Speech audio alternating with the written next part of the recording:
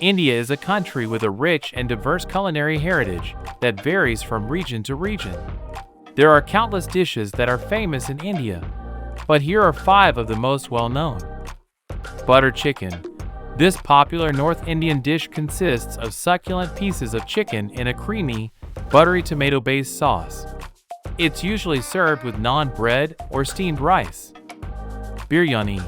Biryani is a fragrant rice dish that's typically made with meat, such as chicken or lamb, and a blend of aromatic spices. It's often served with raita, a yogurt-based side dish. Masala dosa. This South Indian dish is a type of savory pancake made from fermented rice and lentil batter. It's typically filled with spiced potato and onion, and served with chutney and sambar, a lentil-based vegetable stew. Chaat.